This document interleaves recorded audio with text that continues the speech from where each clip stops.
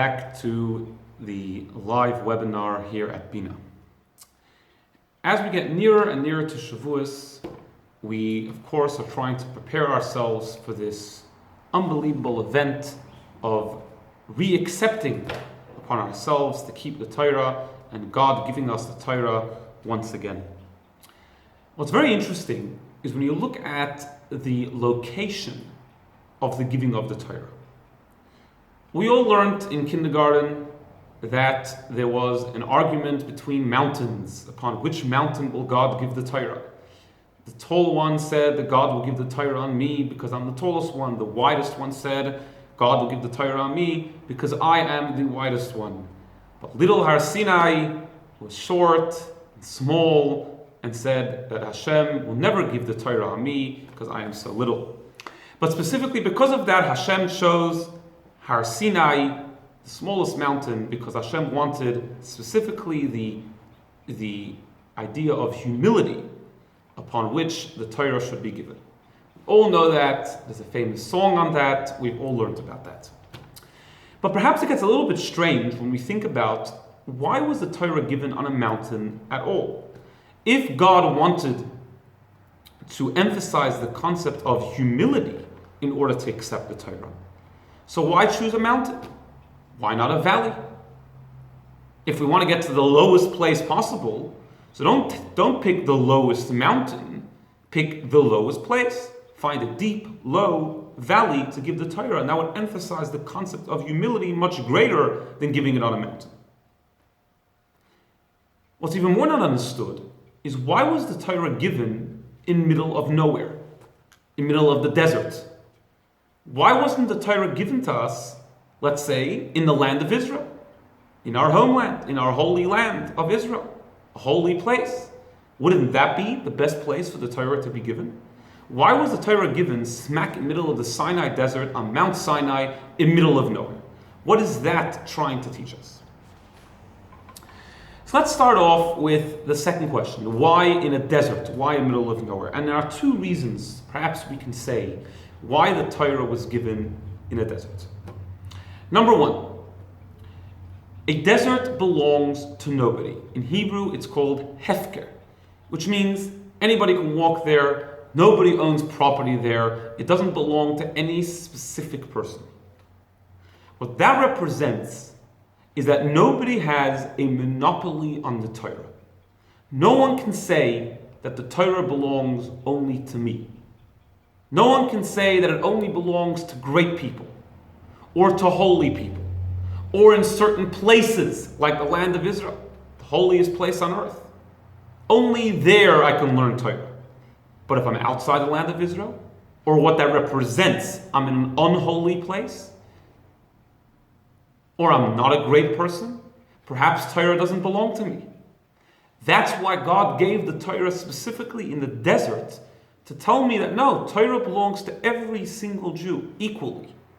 Just like the desert belongs to no one, the Torah that was given in the desert belongs to nobody and therefore belongs to everybody equally. And everybody has an equal chance, an equal opportunity to come and to learn and to explore it. That's lesson number one from the fact that Torah was given in the desert to teach me that Torah is ownerless and therefore can belong to whoever wants it to belong to them.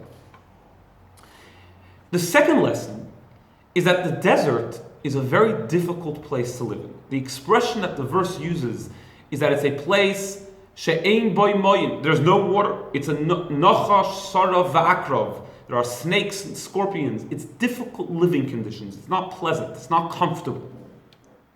One can think that when will I learn Torah? When I'm comfortable, when I have what to eat, when I'm fully rested, I have enough money, I'm comfortable, then I'll sit down calmly with what we call in Hebrew menuchas hanefesh, peace of mind, and study. That is why Hashem gave us the Torah specifically in the desert, to teach us that no. Torah is not, of course, obviously it would be better if it would be comfortable, and that God should help that everybody should be comfortable. But even if one finds himself in a circumstance where they're uncomfortable, where they're going through hardships, one can also learn Torah. And on the contrary, Torah will help you get through those hardships. Even when somebody does not have water to drink, so to speak, somebody is thirsty, they're lacking in their life, such a person can also learn Torah, and specifically such a person should learn Torah, because Torah will guide them through, just like Torah guided through the Jews through the desert. That is why Torah, or one of the two of the reasons why Torah was given in the desert. Now, why on a mountain and not in a valley? So I'm sure there are many answers to this, but we'll explore two of them. And the first answer is to teach us how one should learn and behave in a life of Torah, how one is supposed to conduct himself. The first law in the Jewish code of law tells us, Al yevoish mipnei hamaligim, that a person should not be embarrassed in front of people which laugh at him. In other words, in order to keep a life of Torah, one has to be firm in their beliefs. They have to be a proud Jew. They have to walk in the street and not care if somebody laughs at them because they are Jewish or because they are acting like Jews. In order to have such an attitude, one needs to have pride. One needs to be proud. One needs to be firm. One needs to stand strong. How does that fit with what we learn in other places in Torah, that humility is the greatest thing? In fact, the opposite of humility, somebody who holds themselves high, someone who's a show-off, is considered one of the worst things. In fact, Hashem says, Ein ani v'hu yecholim ladu, that me and this person who has what we call gaiva, haughtiness, someone who holds himself very high, cannot even live together. The opposite of humility and God are a contradiction. Only somebody who is humble leaves room, so to speak, for God's presence to dwell amongst them. How do these two things fit together? How can one be firm and strong and stand proud, but together with that, be humble? And the answer is Har Sinai. Har Sinai was a mountain, but it was a humble mountain. It was a small mountain. It all depends what you're proud of. A person can be proud of themselves, have pride in their own achievements, and think of himself as better than everybody else because of that. That is a negative thing. But if somebody walks around proud of the fact that they're a Jew, proud of the fact that they're connected to God, in other words, they're not proud about something that has to do with me. I'm proud about my connection to something higher than me. That's a pride which fits very well with humility. In fact, it actually goes hand in hand. Because I am humble, because I realize that what am I all about? I'm not about myself. I'm about serving God. That is exactly what I'm proud of, and that is exactly what I'm standing strong about, and that is exactly what I'm walking around with pride and not caring if somebody laughs at. And that is the lesson that Torah was given on Har Sinai. On the one hand, a mountain, something which stands strong, something which can block any obstacle, anything that coming in its direction. On the other hand, it's short. It was humble because it wasn't proud about himself. It represents humility, but pride about that humility. In other words, pride about our connection to Hashem. That's concept number one. Concept number two is that this teaches us actually the purpose of Matan Torah, the purpose of the giving of the Torah. And perhaps we can connect this to an interesting idea connected to last week's Torah portion. Last week's Torah portion was Bahar, which means the mountain. And it starts off, I'm just paraphrasing over here, that God spoke to Moses on Mount Sinai saying, and then it teaches us the mitzvah of Shemitah. The mitzvah of Shemitah is that every 7 years in the land of Israel, all the farmers have to stop working the land and rest for a year, take a sabbatical, dedicate that year to the study of the Torah and not work on the field. And all the commentaries ask, what is the connection between resting in the 7th year and Mount Sinai? All the mitzvahs, all the commandments we're giving on Mount Sinai, why does the verse emphasize Mount Sinai over here? And the answer which is given is as follows. What is the idea of Shemitah? The idea of Shemitah is that once every 7 years, we lift ourselves higher than reality. We lift ourselves higher than the natural order of the world.